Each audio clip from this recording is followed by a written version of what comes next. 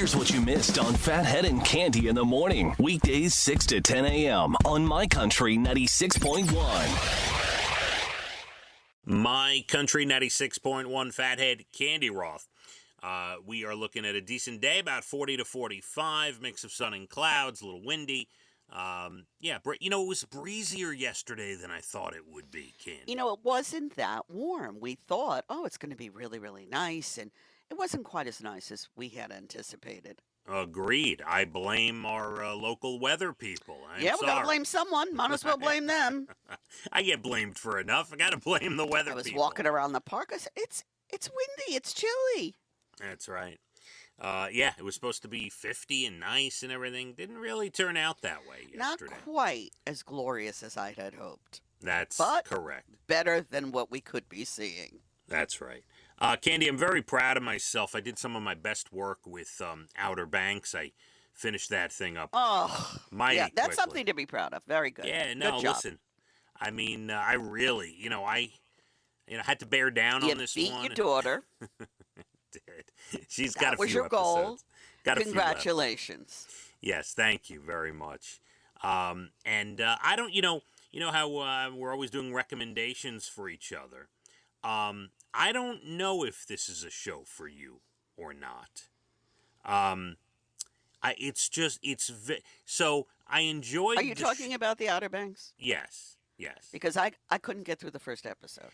Right, and like I told you, I did the same thing 2 years ago, and then I rewatched it with Leah, and I actually enjoyed it and got into it. But I'll tell you, by the time you get to the second season and the third season for sure, it's like, every episode, it's almost each episode, even though it's a full story that continues, it's almost like the way the A-Team used to be. Remember? Right.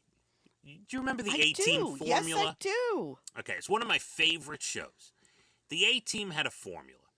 Somebody would hire them. Somebody would be in trouble. They'd go find the A-Team. The A-Team would figure out what needs to be done.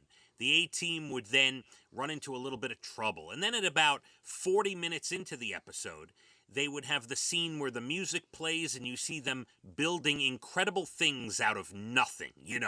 Right. A piece of sheet metal, a nut and a bolt and a hammer, and all of a sudden they've built a Humvee. Okay? That's what the A-Team was incredible. And then they solved the problem at about 58 or so into the hour. They have a gunfight. By the way, nobody ever dies in the A-Team. There's bullets flying everywhere. Nobody never blood. dies.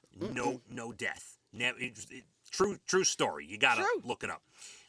This is what Outer Banks is. It's like they are escaping these ridiculous situations. At a certain point, you're just like, what am I doing? What's going on here? Yeah. I know.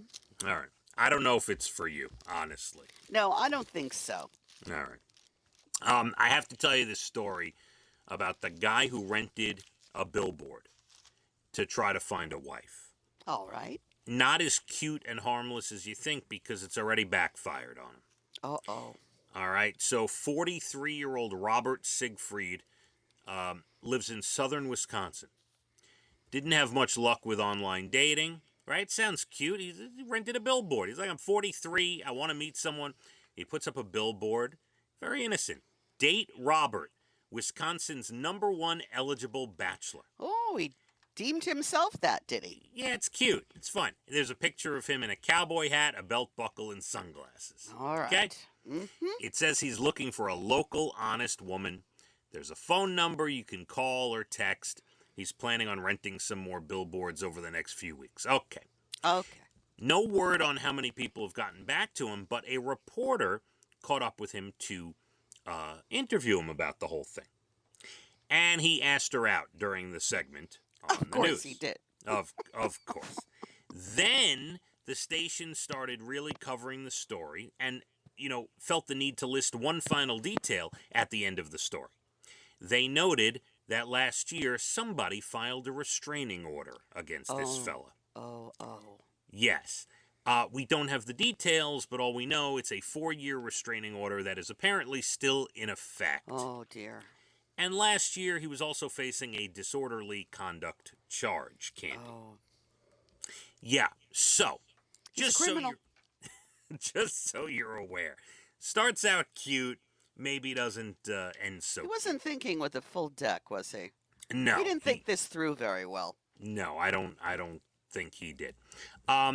These electric cars, Candy, they could definitely ruin the chance of a thief doing his business. That's the biggest thing about the electric cars. A big deterrent. Yeah, maybe it's a good thing. Maybe it'll stop crime because two idiots near Atlanta recently went into a Sam's Club and they stole $9,000 worth of things. Wow.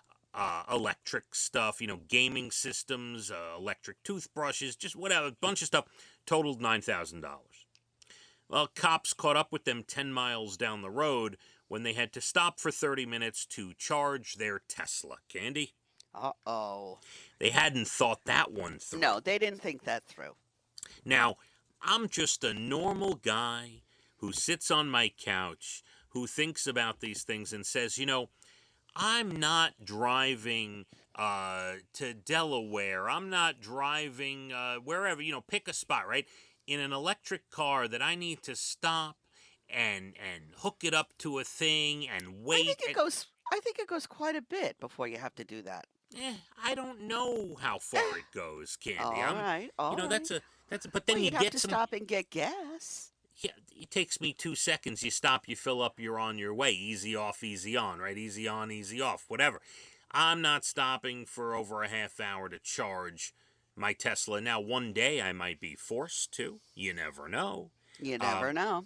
But right now, if I have the choice of a gas vehicle, I'm taking it. And these thieves... Oh, by the way, when the cops caught up with them, they found some other things like guns and drugs in the car. That's lovely. Yeah.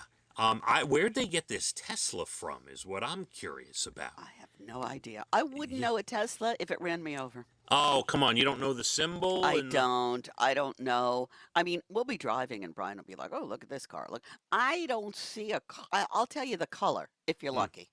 Yeah, so I'm going to tell you something. You have passed, one thing's for sure, you've passed Teslas on the road.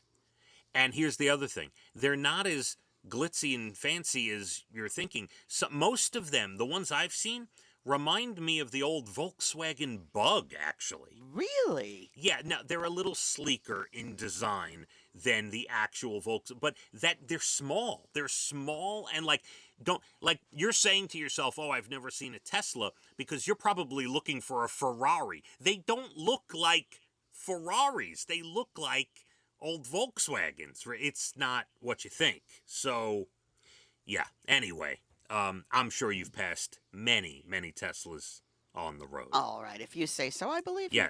Yes, for sure. We are less than 20 minutes to your bald and the beautiful entertainment, everything from Nashville to Hollywood. We are looking at 40 to 45 degrees, mix of sun and clouds, a little bit of wind. We hit the roads. My Country, 96.1. Phathead and Cande in the morning, weekdays 6 to 10 a.m. on My Country 96.1.